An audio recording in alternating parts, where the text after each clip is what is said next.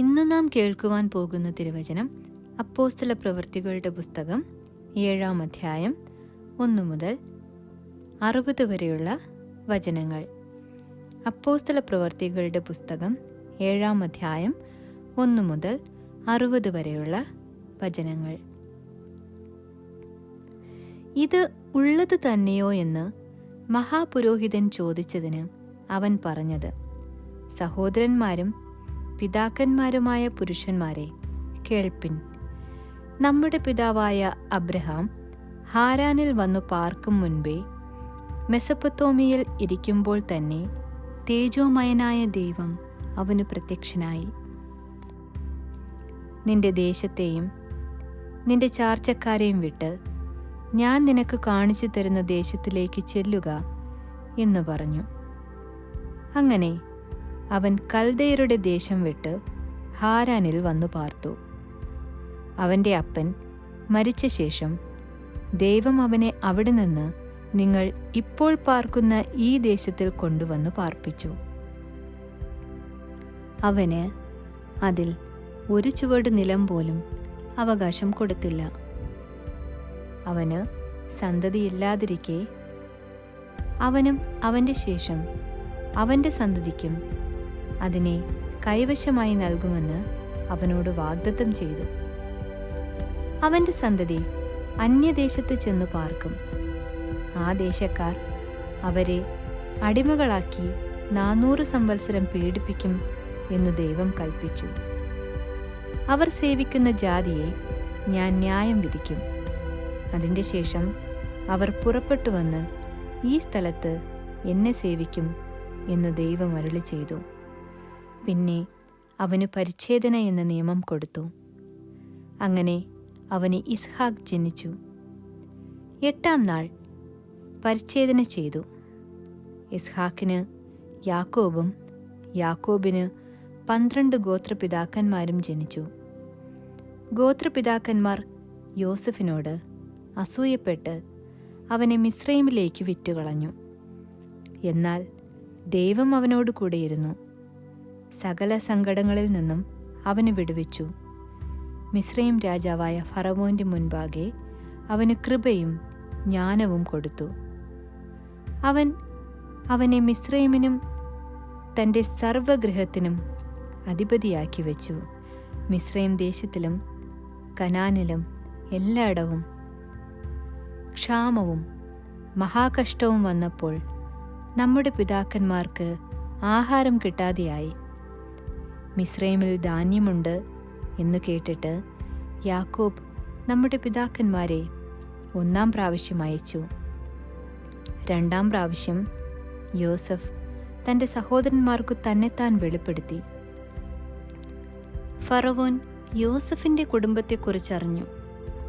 യോസഫ് ആളയച്ച് തൻ്റെ പിതാവായ യാക്കോബിനെയും കുടുംബത്തെ ഒക്കെയും വരുത്തി. അവർ ആകെ 75 പേരായിരുന്നു. യാക്കോബ് മിസ്രൈമിലേക്ക് പോയി. അവനും നമ്മുടെ പിതാക്കന്മാരും മരിച്ചു. അവരെ ശെഖേമിൽ കൊണ്ടുവന്നു. ശെഖേമിൽ എമ്മോരിൻ്റെ മക്കളോട് അബ്രഹാം വില കൊടുത്തു വാങ്ങിയ കല്ലറയിൽ സംസ്കരിച്ചു. ദൈവം അബ്രഹാമിനോട് അരുളി ചെയ്ത വാഗ്ദത്ത കാലം അടുത്തപ്പോൾ ജനം മിസ്രൈമിൽ വർദ്ധിച്ചു പെരുകി. ഒടുവിൽ യോസഫിനെ അറിയാത്ത വേറൊരു രാജാവ് മിസ്രൈമിൽ ഭരിച്ചു. അവൻ നമ്മുടെ വംശത്തോട് ഉപായം പ്രയോഗിച്ച് നമ്മുടെ പിതാക്കന്മാരെ പീഡിപ്പിച്ചു.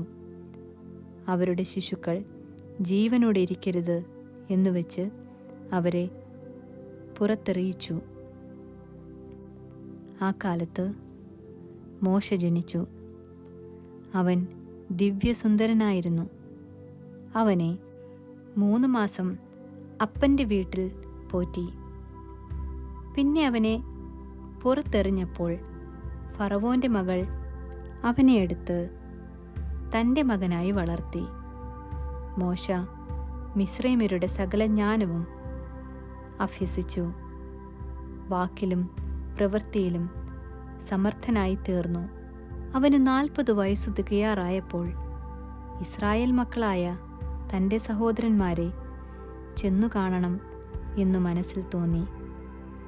അവരിൽ ഒരുത്തനെ ആക്രമിക്കുന്നത് കണ്ടിട്ട് അവനെ സഹായിച്ചു. മിസ്രയീമ്യനെ അടിച്ചുകൊന്ന് പീഡിതനു വേണ്ടി പ്രതിക്രിയ ചെയ്തു.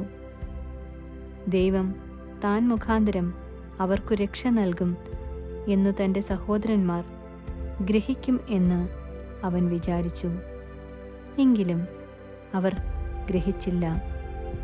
പിറ്റേ ദിവസം അവർ കലഹിച്ചു കൊണ്ടിരിക്കുമ്പോൾ അവൻ അവരുടെ അടുക്കൽ വന്ന്, പുരുഷന്മാരെ, നിങ്ങൾ സഹോദരന്മാരല്ലോ, തമ്മിൽ അന്യായം ചെയ്യുന്നതെന്ത് എന്ന് പറഞ്ഞു അവരെ സമാധാനപ്പെടുത്തുവാൻ നോക്കി. എന്നാൽ കൂട്ടുകാരനോട് അന്യായം ചെയ്യുന്നവൻ അവനെ തള്ളിമാറ്റി, നിന്നെ ഞങ്ങൾക്ക് അധികാരിയും ന്യായകർത്താവും ആക്കിയത് ആർ? ഇന്നലെ മിസ്രയീമിനെ കൊന്നതുപോലെ എന്നെയും കൊല്ലുവാൻ ഭാവിക്കുന്നുവോ എന്നു പറഞ്ഞു. ഈ വാക്കു കേട്ടിട്ട് മോശ ഓടിപ്പോയി മിദ്യാൻ ദേശത്ത് ചെന്നു പാർത്തു. അവിടെ 2 പുത്രന്മാരെ ജനിപ്പിച്ചു. 40 ആണ്ടു കഴിഞ്ഞപ്പോൾ സീനായ് മലയുടെ മരുഭൂമിയിൽ ഒരു ദൈവദൂതൻ മുൾപടർപ്പിലെ അഗ്നിജ്വാലയിൽ അവനു പ്രത്യക്ഷനായി. മോശ ആ ദർശനം കണ്ട് ആശ്ചര്യപ്പെട്ടു. സൂക്ഷിച്ചു നോക്കുവാൻ അടുത്തു ചെല്ലുമ്പോൾ, ഞാൻ നിന്റെ പിതാക്കന്മാരുടെ ദൈവമായി അബ്രഹാമിൻ്റെയും ഇസ്ഹാക്കിൻ്റെയും യാക്കോബിൻ്റെയും ദൈവമാകുന്നു എന്ന് കർത്താവിൻ്റെ ശബ്ദം കേട്ടു. മോശ വിറച്ചിട്ട് നോക്കുവാൻ തുനിഞ്ഞില്ല. കർത്താവ് അവനോട്, നീ നിൽക്കുന്ന സ്ഥലം വിശുദ്ധ ഭൂമിയാകയാൽ കാലിൽ നിന്ന് ചെരുപ്പ് ഊരിക്കളക. മിസ്രയീമിൽ എൻ്റെ ജനത്തിൻ്റെ പീഡ ഞാൻ കണ്ടു. അവരുടെ ഞരക്കവും കേട്ടു. അവരെ വിടുവിപ്പാൻ ഇറങ്ങി വന്നിരിക്കുന്നു. ഇപ്പോൾ വരിക, ഞാൻ നിന്നെ മിസ്രയീമിലേക്ക് അയക്കും എന്നു പറഞ്ഞു. നിന്നെ അധികാരിയും ന്യായകർത്താവും ആക്കിയതാർ എന്നിങ്ങനെ അവർ തള്ളിപ്പറഞ്ഞ ഈ മോശയെ ദൈവം മുൾപടർപ്പിൽ പ്രത്യക്ഷനായ ദൂതൻ മുഖാന്തരം അധികാരിയും വീണ്ടെടുപ്പുകാരനും ആക്കി അയച്ചു. അവൻ മിസ്രയീമിലും ചെങ്കടലിലും 40 സംവത്സരം മരുഭൂമിയിലും അതിശയങ്ങളും അടയാളങ്ങളും ചെയ്ത് അവരെ നടത്തിക്കൊണ്ടുവന്നു. ദൈവം നിങ്ങളുടെ സഹോദരന്മാരിൽ നിന്ന് എന്നെപ്പോലെ ഒരു പ്രവാചകനെ നിങ്ങൾക്ക് എഴുന്നേൽപ്പിച്ചു തരും എന്ന് ഇസ്രായേൽ മക്കളോട് പറഞ്ഞ മോശ അവൻ തന്നെ. സീനായ് മലയിൽ തന്നോട് സംസാരിച്ച ദൂതനോടും നമ്മുടെ പിതാക്കന്മാരോടും കൂടെ മരുഭൂമിയിലെ സഭയിലിരുന്നവനും നമുക്ക് തരുവാൻ ജീവനുള്ള അരുളപ്പാട് ലഭിച്ചവനും അവൻ തന്നെ. നമ്മുടെ പിതാക്കന്മാർ അവന് കീഴ്പ്പെടുവാൻ മനസ്സില്ലാതെ അവനെ തള്ളിക്കളഞ്ഞു. ഹൃദയം കൊണ്ട് മിസ്രയീമിലേക്ക് പിന്തിരിഞ്ഞു. അഹരോനോട്, ഞങ്ങൾക്കു മുൻപായി നടക്കുവാൻ ദൈവങ്ങളെ ഉണ്ടാക്കി തരിക, ഞങ്ങളെ മിസ്രയീമിൽ നിന്ന് നടത്തിക്കൊണ്ടുവന്ന ആ മോശയ്ക്കെന്തു സംഭവിച്ചു എന്നു ഞങ്ങൾ അറിയുന്നില്ലല്ലോ എന്നു പറഞ്ഞു. അപ്പോൾ അവർ ഒരു കാളക്കുട്ടിയെ ഉണ്ടാക്കി ആ ബിംബത്തിന് ബലി കഴിച്ചു. തങ്ങളുടെ കൈപ്പണിയിൽ ഉല്ലസിച്ചു കൊണ്ടിരുന്നു. ദൈവവും പിന്തിരിഞ്ഞ് ആകാശത്തിലെ സൈന്യത്തെ ആരാധിപ്പാൻ അവരെ വിട്ടുകളഞ്ഞു. ഇസ്രായേൽ ഗൃഹമേ, നിങ്ങൾ മരുഭൂമിയിൽ എനിക്ക് 40 സംവത്സരം ഹനനയാഗങ്ങളും ഭോജനയാഗങ്ങളും അർപ്പിച്ചുവോ? നിങ്ങൾ നമസ്കരിപ്പാൻ ഉണ്ടാക്കിയ സ്വരൂപങ്ങളായ മോലേക്കിൻ്റെ കൂടാരവും രഫാൻ ദേവന്റെ നക്ഷത്രവും നിങ്ങൾ എടുത്തു നടന്നുവല്ലോ. എന്നാൽ ഞാൻ നിങ്ങളെ ബാബിലോണിനപ്പുറം പ്രവസിപ്പിക്കും എന്ന് പ്രവാചകന്മാരുടെ പുസ്തകത്തിൽ എഴുതിയിരിക്കുന്നുവല്ലോ. നീ കണ്ട മാതൃക പ്രകാരം അതിനെ തീർക്കണമെന്ന് മോശയോട് അരുളി ചെയ്തവൻ കൽപ്പിച്ചതുപോലെ നമ്മുടെ പിതാക്കന്മാർക്ക് മരുഭൂമിയിൽ സാക്ഷ്യകൂടാരം ഉണ്ടായിരുന്നു. നമ്മുടെ പിതാക്കന്മാർ അത് ഏറ്റുവാങ്ങി. ദൈവം നമ്മുടെ പിതാക്കന്മാരുടെ മുൻപിൽ നിന്ന് നീക്കിക്കളഞ്ഞ ജാതികളുടെ അവകാശത്തിലേക്ക് യോശുവയുമായി കൊണ്ടുവന്നു. ദാവീദിന്റെ കാലം വരെ വെച്ചിരുന്നു. അവന് ദൈവത്തിൻ്റെ മുൻപാകെ കൃപ ലഭിച്ചു. യാക്കോബിൻ്റെ ദൈവത്തിന് ഒരു വാസസ്ഥലമുണ്ടാക്കുവാൻ അനുവാദം അപേക്ഷിച്ചു. ശലോമോൻ അവന് ഒരാലയം പണിതു. അത്യുന്നതൻ കൈപ്പണിയായതിൽ വസിക്കുന്നില്ല താനും. സ്വർഗം എനിക്ക് സിംഹാസനവും ഭൂമി എൻ്റെ പാദപീഠവുമാകുന്നു.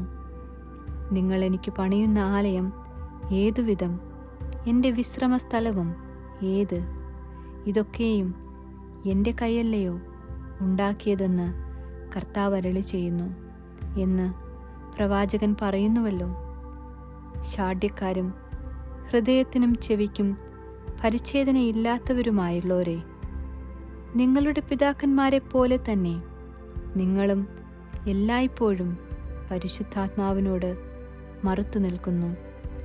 പ്രവാചകന്മാരിൽ ഏവന് നിങ്ങളുടെ പിതാക്കന്മാർ ഉപദ്രവിക്കാതിരുന്നിട്ടുള്ളൂ.